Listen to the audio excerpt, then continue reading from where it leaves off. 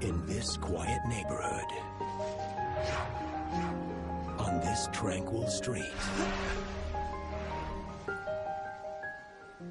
a mystery is unfolding. You know that everybody's calling you a loser? You ever wonder at what point you gotta stop living up here and start living down here? Look. Alright, come on, man. How you feeling? If you had one shot, I'm saving up enough cash to get out of this place. one opportunity, I'm on my way. I'm taking you with me. seize everything you ever wanted. If something's gonna happen, it needs to happen now. Did you capture? It's my boy Bunny Rabbit. He's a genius. Just let it slip. What are you doing with your life that's so great? Snap back to reality. Oh, there goes gravity. Oh, there goes gravity. Choke. He's so mad, but he won't give up. Daddies, he know he won't have it. He knows his whole back to these ropes. It don't matter. He's dope. He knows that, but he's broke. He's so stagnant. He knows when he goes back to this mobile home. That's when it's back to the lab again, yo. This old rhapsody better go capture this moment and hope it don't do it. It's out in the music. The moment you own it, you better never let go. Only get one shot. 3 billion human lives ended on August 29th. The Skynet system goes online on August 4th, 1997. John Connor is leader of the Worldwide Resistance, the last best hope of humankind. He is the key to the future, to the past. Defense system now activated. Order you not to go. John. Run. Ladies and gentlemen, the very word secrecy is repugnant in a free and open society, and we are, as a people, inherently and historically opposed to secret societies, to secret oaths, and to secret proceedings. We decided long ago that the dangers of excessive and unwarranted concealment of pertinent facts far outweighed the dangers which are cited to justify it. It is a system which has conscripted vast human and material resources into the building of a tightly knit, highly efficient machine that combines military, diplomatic, intelligence, economic, scientific, and political operations. Its preparations are concealed, not published. Its mistakes are buried, not headlined. Its dissenters are silenced, not praised. For it is no longer far away and foreign, but close at hand and local. It means greater attention to improved understanding of the news, as well as improved transmission. And it means, finally, that government at all levels must meet its obligation to provide you with the fullest possible information outside the narrowest limits of national security. And so it is to the printing press, to the recorder of man's deeds, the keeper of his conscience, the courier of his news, that we look for strength and assistance, confident that with your help, man will be what he was born to be, free and independent. Whatever their color or their creed, the Methodists of this area and the nation deserve the nation's thanks. And I commend all those who are today graduating. Professor Woodrow Wilson once said that every man sent out from a university should be a man of his nation, as well as a man of his time.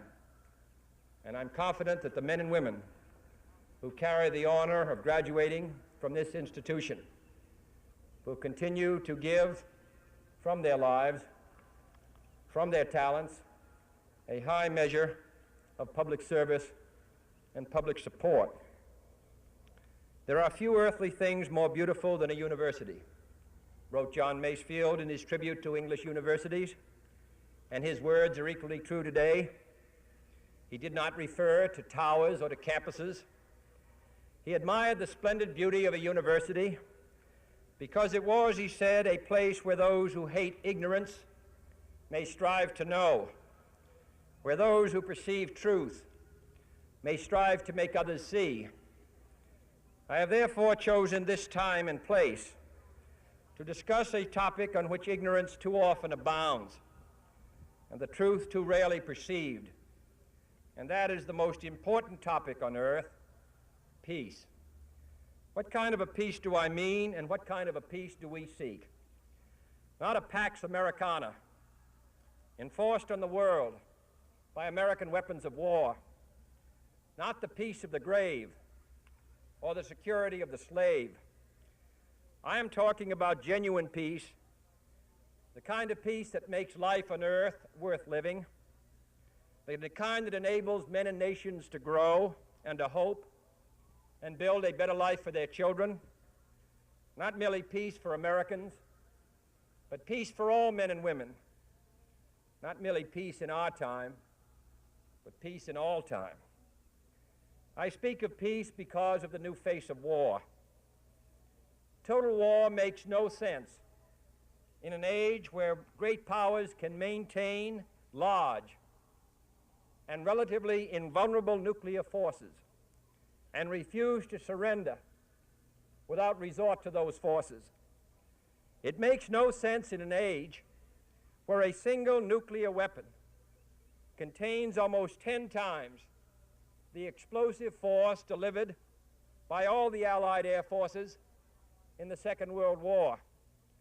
It makes no sense in an age when the deadly poisons produced by a nuclear exchange would be carried by wind and water and soil and seed to the far corners of the globe and to generations yet unborn.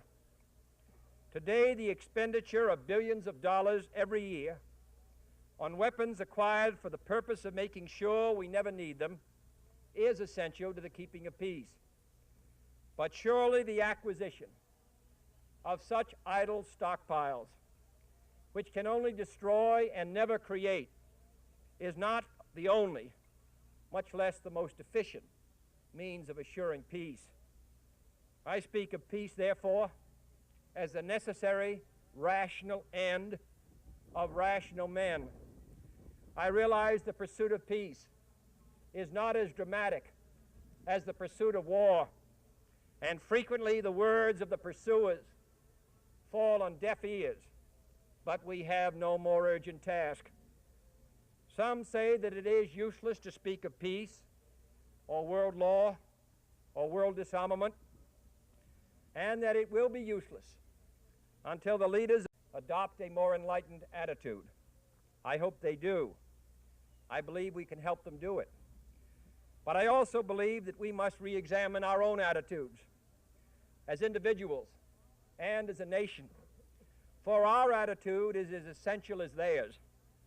And every graduate of this school, every thoughtful citizen who despairs of war and wishes to bring peace should begin by looking inward, by examining his own attitude towards the possibilities of peace, towards the course of the Cold War, and towards freedom and peace here at home. First, examine our attitude towards peace itself. Too many of us think it is impossible. Too many think it is unreal. But that is a dangerous, defeatist belief.